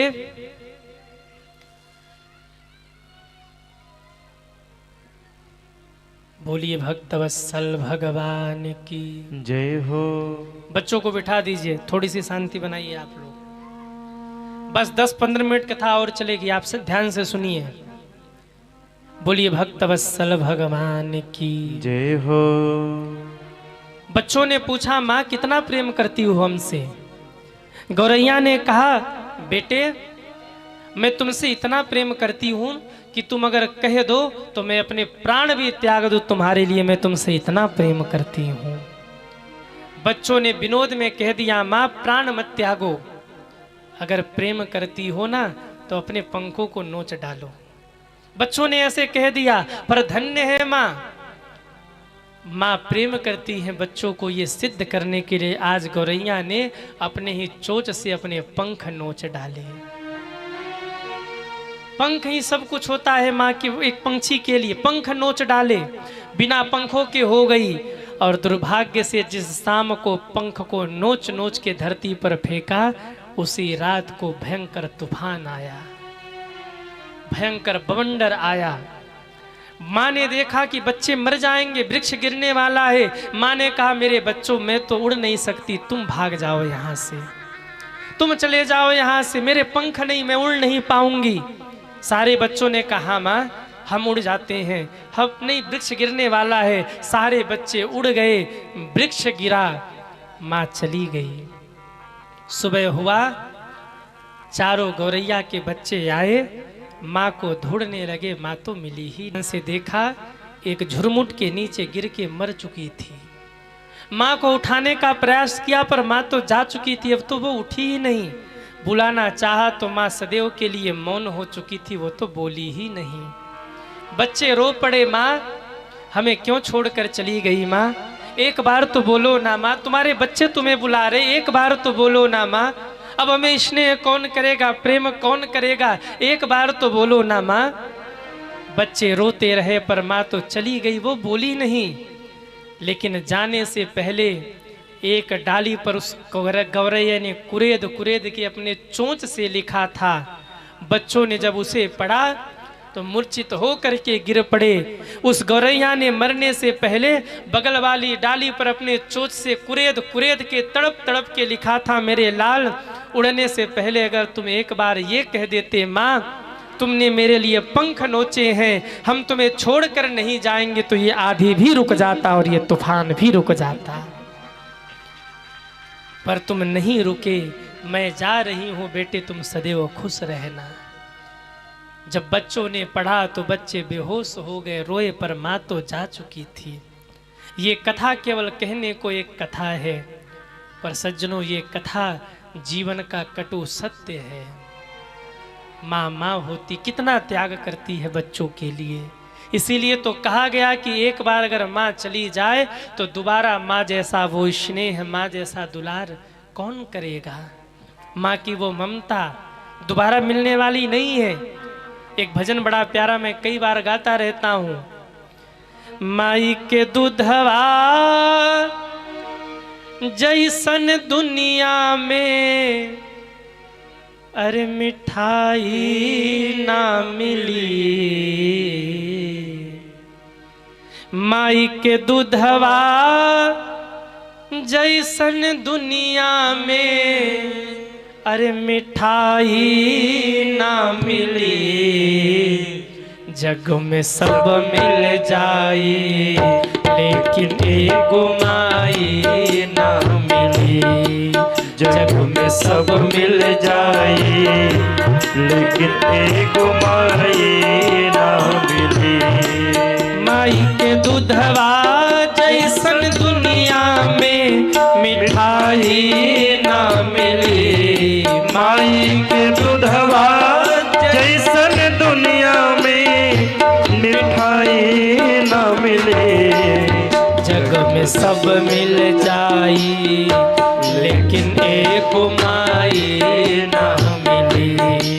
जग में सब मिल जाए लेकिन एक माई ना मिली। माई के अचरा जैसन दुनिया में रजाई ना मिली। माई के अचरा जैसन दुनिया में सब गाई रजाई ना मिले।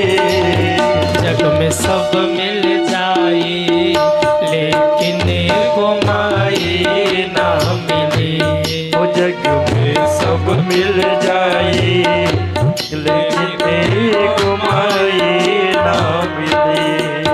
जग में सब मिल जाई लेकिन एको माई ना मिली। ओ जग में सब मिल जाए लेकिन